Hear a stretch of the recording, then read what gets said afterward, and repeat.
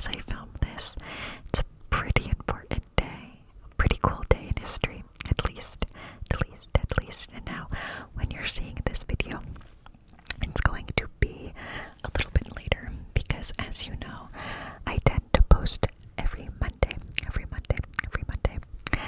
And as I film this, it is a Monday, but my Monday video has already gone out, so that means you're going to see this 1 week from today. But again, I still think it's worth talking about because, I don't know, it's really cool, and I want to talk about it. But as always, thank you so much for joining me for another video, another close-up, cupped whisper ramble, if you will. I so appreciate it, and I appreciate your continued support, and just for sticking around for all this time. So thank you. If you haven't already, and you would like to, stay tuned on all of the things that happen on this channel with all of the people who are a part of this. Please feel free to like and comment and subscribe and all of that good stuff if you feel so moved to do so. But with that, I want to get into this video because I just do.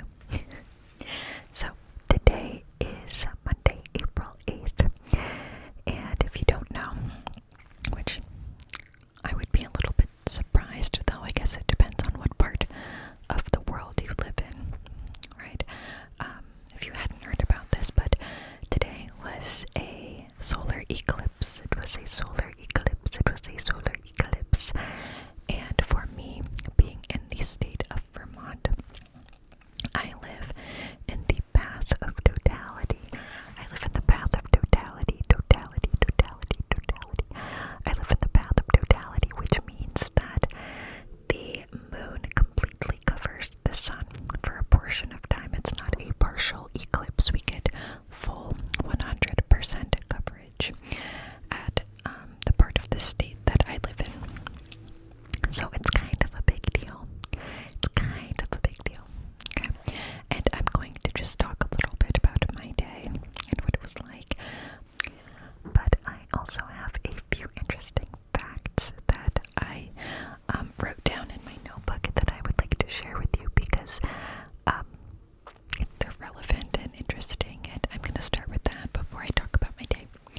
And we're also going to talk about a few unusual myths and theories about the moon, and that is going to come from a website, history.com. I did some Google searching. I was interested in seeing what else I could add to this video, so that's what we're going to do. Now, first things first. For this Vermont eclipse, they were expecting roughly 160,000 visitors to come into the state, which maybe doesn't sound like a lot, and it's probably not a lot for most states, but for Vermont, it's a lot. We have a very small state, and we really don't have infrastructure for like an onslaught of people. We just don't. We have like two main highways. We have 91 and we have 89, and both of them are two lanes, so they're really not built for traffic, for a lot of cars, right? And beyond those two main like throughways, it's mostly like back roads and, small roads, really. And to top it all off, we are in the midst of mud season, which is a big thing around here. We don't have 4 seasons, we have 5 seasons. We have mud season as well, which happens when all of the snow melts. And again, there are a lot of like back roads, dirt trails, and it all turns to mud, and it's like a whole mess. Okay, and it's a big thing here. So this solar eclipse is happening in the midst of mud season, and again in a state where we don't really have a ton of infrastructure to support a large mass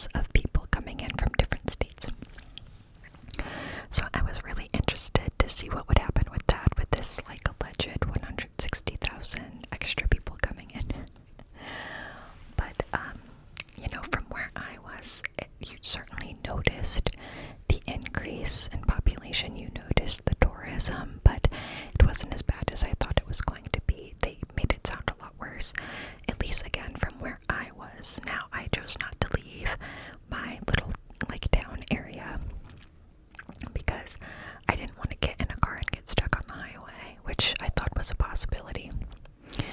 So I don't know what it was like anywhere else, and it's 7:30 right now, so I haven't read any like news articles about it yet. I'm sure I will soon, but still kind of in the midst of it. I'm not sure. But either way, the last time we had any kind of like major event like this in the state was in 2004. Okay, I was not here for that. I don't know where I was, but I was not in Vermont. And it was because the artist or band Fish, Phish, Fish, was allegedly playing their like finale show, like their last ever show. And they were playing it in a small town called Coventry, Vermont. And that brought in, I should have written this down, it brought in, I want to say like 60,000 people. It was a high quantity of people, and again, it was like one very specific part of the state, very small town, very backwoods part of Vermont, and it brought in a lot more people than the state was anticipating. So there were backups on the highway. People literally were parking their cars on the side of the road and walking to get to the show. Like, it was a huge thing. And so a lot of people were comparing it to that. They were like, oh my god, it's going to be another like 2004 Phish incident. And as far as I know, that wasn't the case because it was much more spread out than it was for that, right? Because this, like, you could go to many parts of the state and view the eclipse and like do your activities. They weren't all just showing up for a concert. So it was a little bit different.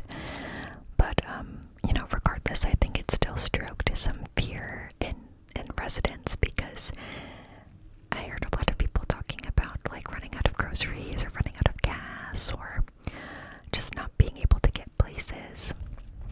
So, and I get it, like that is a scary thought if you feel like you're in a place where you're just gonna run out of all of this stuff because you're not, like, your town or your state is not equipped to handle it. But again, as far as I know, it was nothing like that. But I certainly did notice like an influx of people and tourism, which is cool. It's like it was bustling and it was interesting. So certainly can't complain about that. And then just in terms of the timing of it, so again, today's Monday, April 8th. That was the day. Was the day of the total eclipse, and the partial eclipse began at 2:14 p.m. and concluded at 4:40 p.m. But the period of totality was very short, so that began at roughly 3:26 p.m. and lasted about 3 minutes. 3 minutes, roughly like 3 minutes and maybe 15 seconds or something like that. So in terms of like the full covering of the moon to the sun, that's what happened at 3:26. Before and after that was when it wasn't fully covering the sun, right? It was partial.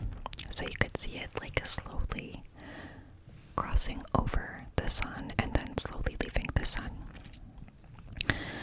And I'll get to that experience, but the last two things I want to say, just like to tie in the information about Vermont and Vermont eclipse scene and all of that. The last total eclipse in Vermont happened in 1932, and the next one is scheduled for 2106. So quite a ways away from now, which is why it felt like a big deal. And they made it a big deal for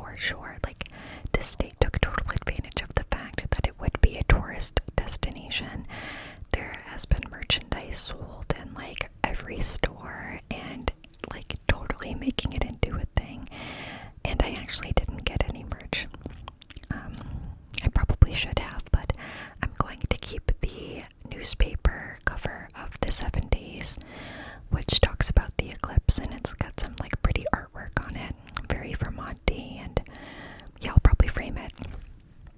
So anyway, I woke up this morning and I started my day with a staff meeting because it is a Monday, it's a work day, but because like they knew everybody was just gonna go out and do eclipse things. That's all we had today was the staff meeting, and honestly a lot of people didn't even show up. They took the whole day off. But it was kind of like we like more or less had the day off. Like it wasn't an official day off, but everyone was like, yeah, go like do your eclipse thing, you know, because it's like a once in a lifetime thing here, right? So I started my day with that, and then I hung out for a little bit because I didn't have plans until the afternoon. So I made myself some oatmeal and some hot green tea, and I went and sat outside with my cats. We have like a little patio area out front, and so I brought my cats out with me because the weather was beautiful, and I was like, yes, I'm so glad, because Vermont is the second cloudiest state in the country, okay? It gets very cloudy here, and so there were a lot of concerns about would you even be able to see an eclipse? Are the clouds going to be blocking it? And we also just had a massive snowstorm where we had tons of snow and rain and clouds. So everybody was very concerned about that. And luckily, I woke up today and there was not a cloud in the sky. It was beautiful. It was beautiful, beautiful blue skies. The sun was out. It was shining brightly, and it was already warm at, what time was this? Probably like around 11 I went outside, and it was between 45 and 50 degrees, but the sun felt hot. Like, it was hot. I was out there in my pajamas and my sweatshirt, and within a little bit of time I was sweating and I had to go inside. And that probably doesn't sound very warm if you are from a warm part of the country or a different country that is very warm, but it felt like summertime to me after all of the snow and rain and cold that we've been having. So I was pleased, and I was like, this is the perfect weather for something like this. So anyway, I sat out there for a while with my kitties and I did some journaling. I was going to pull some tarot cards, but I didn't end up having time. I was kind of just like too caught up in the moment and just hanging out and soaking up the sun. And maybe I'll do some later. There's still time. But yeah, it didn't end up happening. And then I went in my house and had a smoothie and played a record.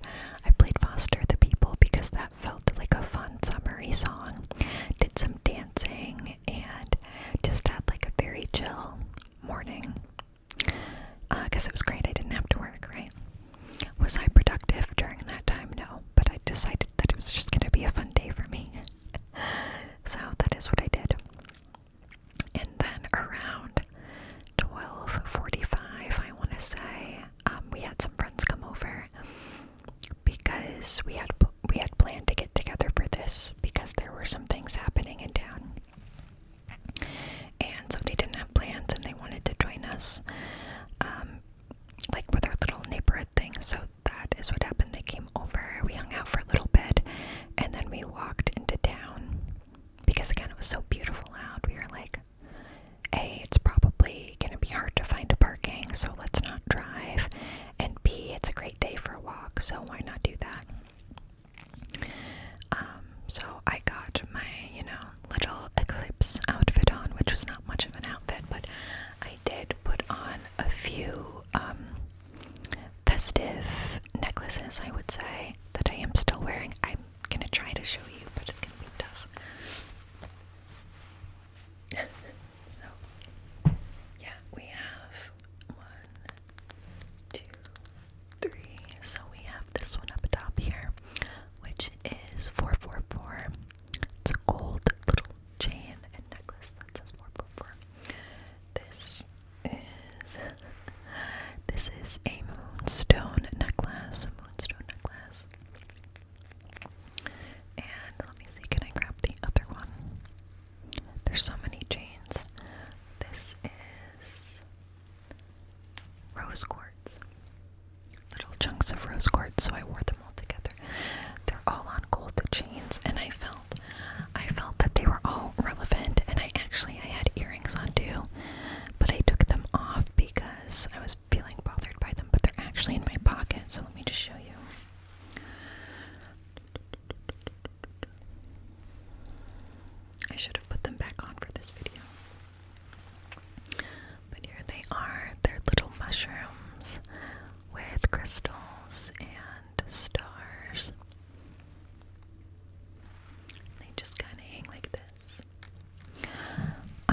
was wearing those all day, but I don't wear earrings a lot, so after several hours I kind of got sick of wearing them. So I took them off. But anyway, that was the look, and I've just had my hair up all day because I didn't want it to get caught in any of the things that I'm wearing, which happens a lot when it's down because my hair is long and kind of thin, so if there's any slight breeze, it's in everything. So I'm like, let me pull it back and have that be the end of it. So that's what I did. So we walked down into town and did a little bit of shopping. Just like checked out some local businesses. There were some vendors and tents up. There was some music playing, kind of like a block party style, though not like a full block party. Just like people were out and about doing things, right? And so we went to a few bars. I got a seltzer water with lime. That's all I got. We didn't go to places where they had like cool mocktails or anything. And again, it was like, at this point it was like 1:30. I was like, I haven't been drinking, so that's all I got. But a few of our friends got other things to drink.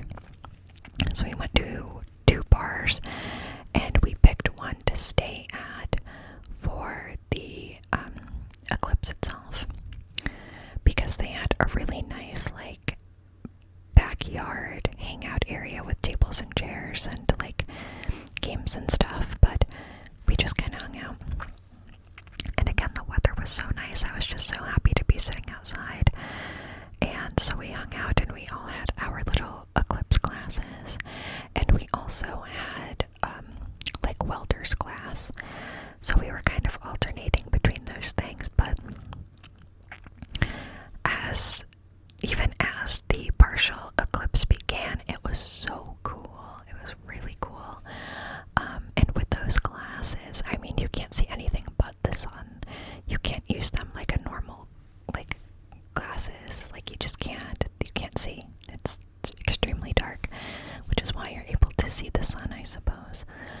But what I'm going to do in this video is add in clips of the videos that I took. Let me like move myself off to the side, because that's where I will pop those videos in when I'm editing this other video. And yeah, so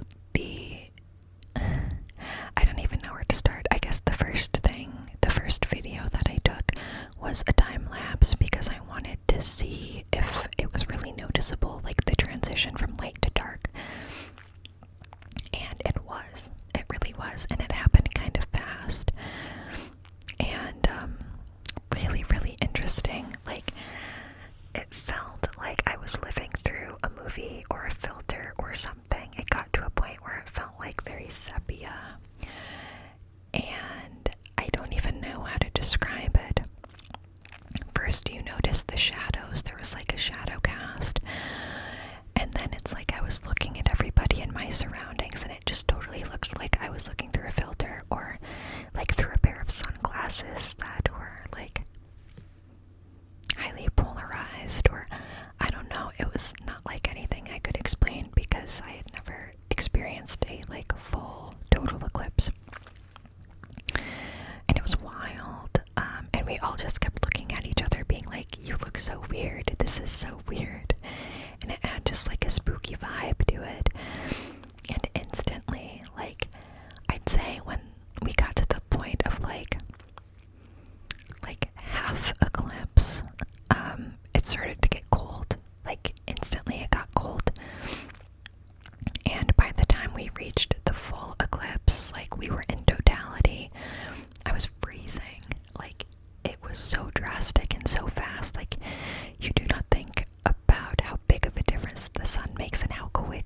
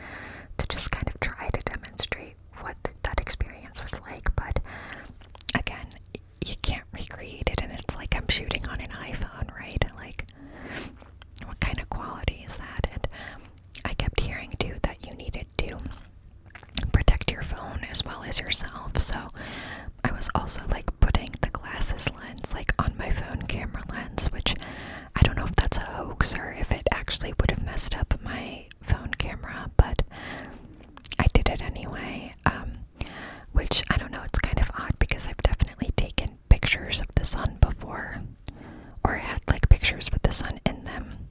Nothing ever happened to my camera, but I don't know, I did it anyway just to be safe. I did protect my phone, but yeah, it was wild. And honestly, when I saw the full eclipse, I welled up. It was so beautiful. It was like nothing I could imagine or expected.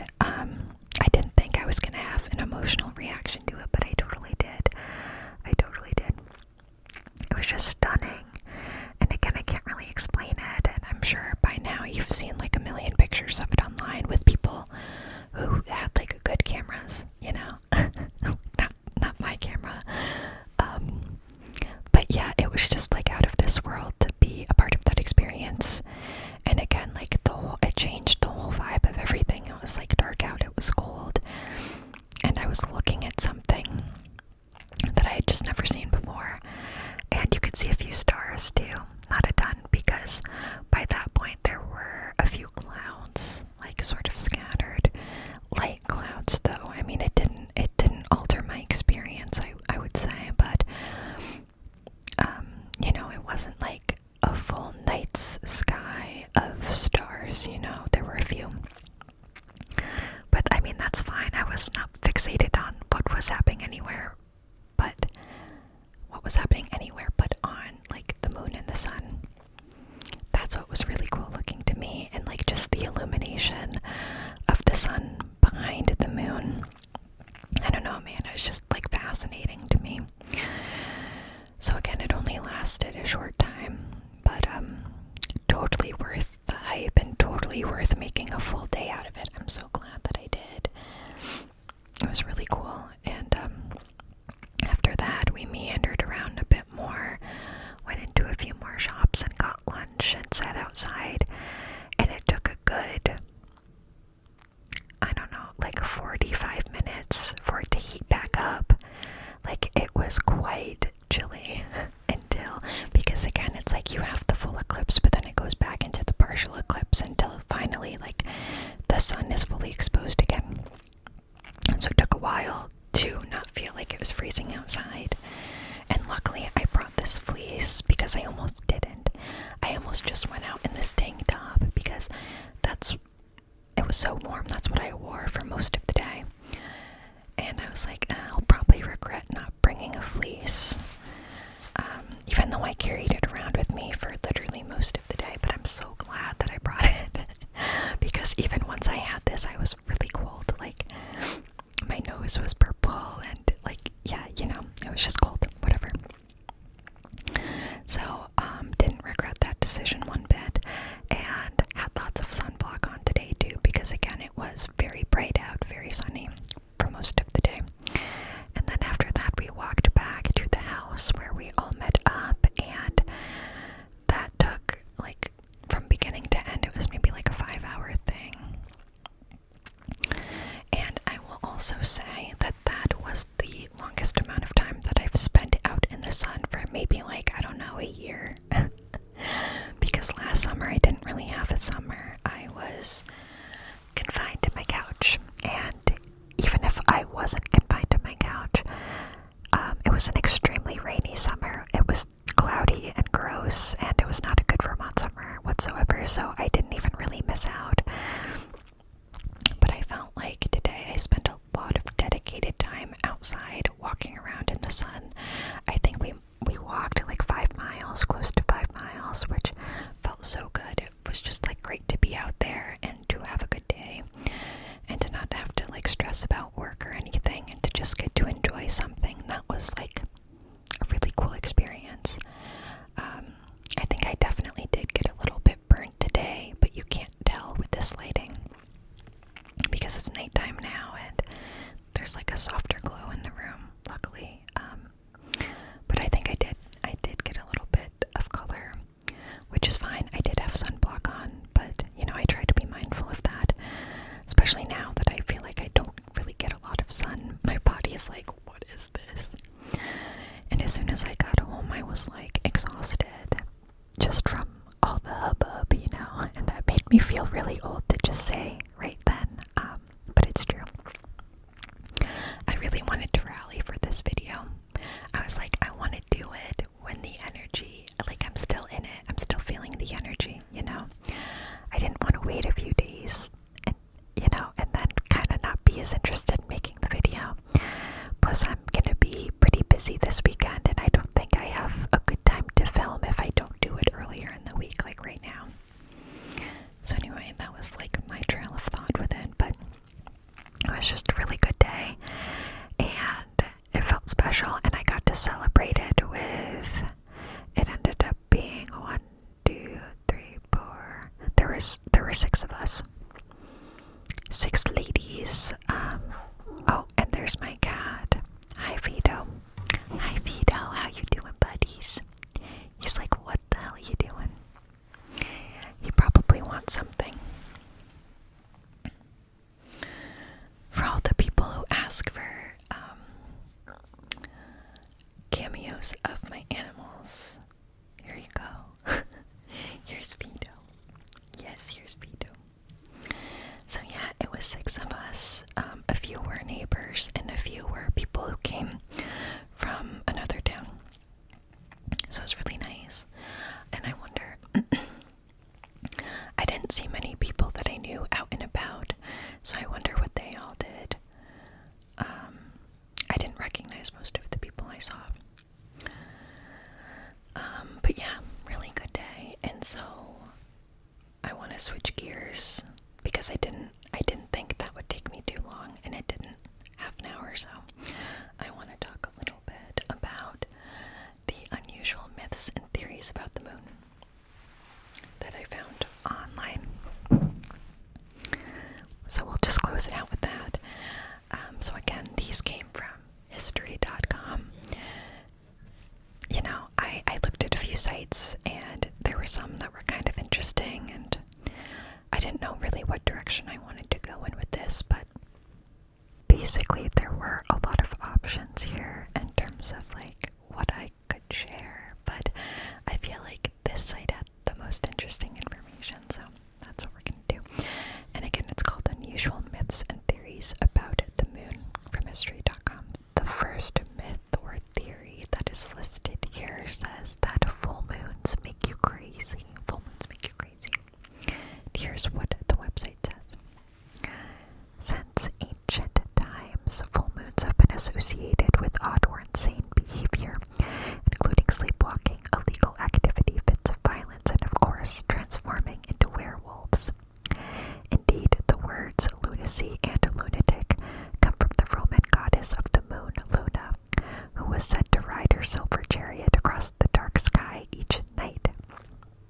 For thousands of years, doctors and mental health professionals believed in a strong connection between mania and the moon. In 18th century England, people on trial for murder could campaign for a lighter sentence on grounds of lunacy if the entire crime occurred under a full moon. Meanwhile, psychiatric patients at London's Bethlehem Hospital were shackled and flogged as a preventive measure during certain lunar phases. Even today, despite studies discrediting the hypothesis, some people still think that full moons make everybody a little bit loony. Number two. Aliens inhabit the moon. In the 1820s, the Bavarian astronomer Franz von Paula Kruitisen claimed to have glimpsed entire cities on the moon with his telescope. He wrote that the Lunarians who lived there had built sophisticated buildings, roads, and forts.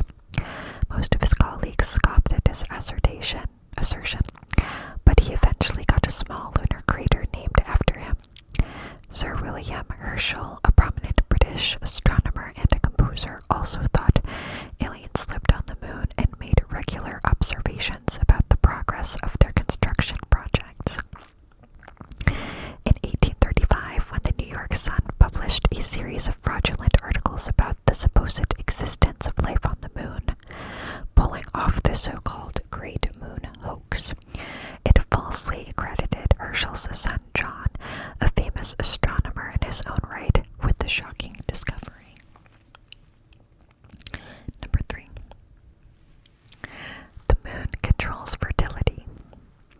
Perhaps because the menstrual and lunar cycles are similar in length, many early civilizations believed that the moon determined when women could become pregnant. This could explain why female moon deities, from the Chinese goddess Chang'e, I'm probably saying that wrong, I'm so sorry, to Mama Kila of the Incas, figure so prominently in mythologies from around the world. In the 1950s, the Czech doctor Eugene Jonas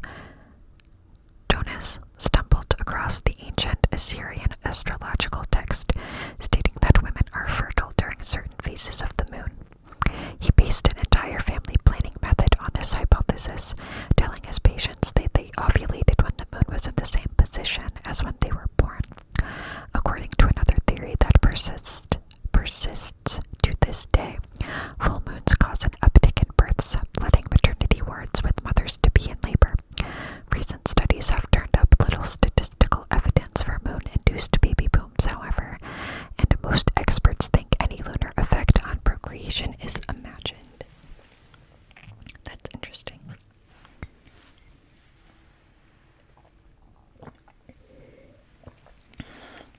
Okay. We have a few more. The next myth or theory says that the moon is a hollow spacecraft. That's right, you heard me. It says the moon is a hollow spacecraft. Who knew? Several science fiction books of the early 20th century, including H.G. Wells' The First Men in the Moon, take place within a hollow moon inhabited by aliens. In 1970, 2 Soviet scientists took this seemingly whimsical premise a step further, proposing that the moon is actually a shell-like alien spaceship built by extraterrestrials with superior technology and intelligence. According to astronomers, the moon, though admittedly enigmatic as far as celestial bodies go, couldn't maintain its mass and gravitational field if it lacked a dense core. Now this next one, I have actually heard people talking about on TikTok, which take it with a grain of salt, right? Anything you hear on TikTok, but I didn't know that this was like a well-known myth or theory because it keeps showing up when I am like doing these searches, right? And it says, we never really went to the moon. Despite overwhelming evidence to the contrary, some people believe that the Apollo moon landings were faked by NASA, which used doctored photos, staged videos, and other plays to dupe the public.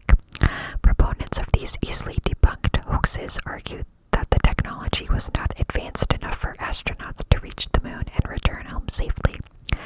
They also point to ostensible signs of studio trickery, including the fact that the American flag planted by the Apollo 11 crew in the lunar surface appeared to flutter in the vacuum of space. In 2002, retired astronaut Buzz Aldrin, who became the second person to walk on the moon in 1969, grew so exasperated with one conspiracy theorist's accusations that he punched him in the face. The space pioneer was not prosecuted. I have to say, if that was like my claim to fame, and I was an astronaut, and people kept telling me that I didn't do the thing that I did, I would also be upset. Okay, I think there's 2 more. The next myth or theory is that the Nazis had a base on the moon. After World War II, rumors circulated that German astronauts had traveled to the moon and established a top-secret facility there. Some even speculated that Adolf Hitler faked his own death, fled the planet, and lived out the rest of his days in an underground lunar hideout. Connections were also drawn between flying saucer sightings, including the famous incident near Roswell, New Mexico in 1947, with the Nazis' alleged UFO development program. theories formed the basis of the science fiction novel Rocket Ship Galileo, published by Robert A. Heinlein in 1947. I'd never heard that one. Okay, and finally we've got a rabbit dwells on the moon. A rabbit dwells on the moon. Intriguingly, legends from various traditions around the world, including Buddhism and Native American folklore, recount the tale of a rabbit that lives on the moon.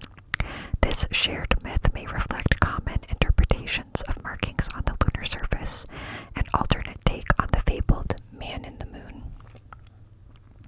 Shortly before Apollo 11 landed on the moon in 1969, Mission Control in Houston jokingly referred to the Chinese version of the story, telling the spaceship's crew, among the large headlines concerning Apollo this morning, there's one asking that you watch for a lovely girl with a big rabbit. Command Module Pilot Michael Collins replied, okay, we'll keep a close eye out for the bunny girl. Interesting. I had not heard of most of those myths or theories on really any of the sites. I feel like I have not learned a lot about the moon and our astronomy, at least none of these things, which I guess have been debunked anyway. But still interesting to read and hear about, especially after having a day where we were just all talking about the sun and the moon. So, anyway, I hope you enjoyed.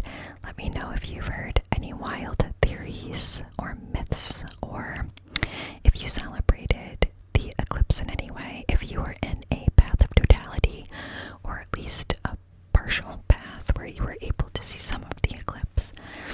I would love to hear about your experience and if you did anything fun that day. I know I was really lucky that I was able to get the day off, mostly, because I think I would have been sad to miss it, though I probably would have just still poked my head outside to see what was going on, because I work from home most days, but anywho, that's neither here nor there. So, as always, thank you so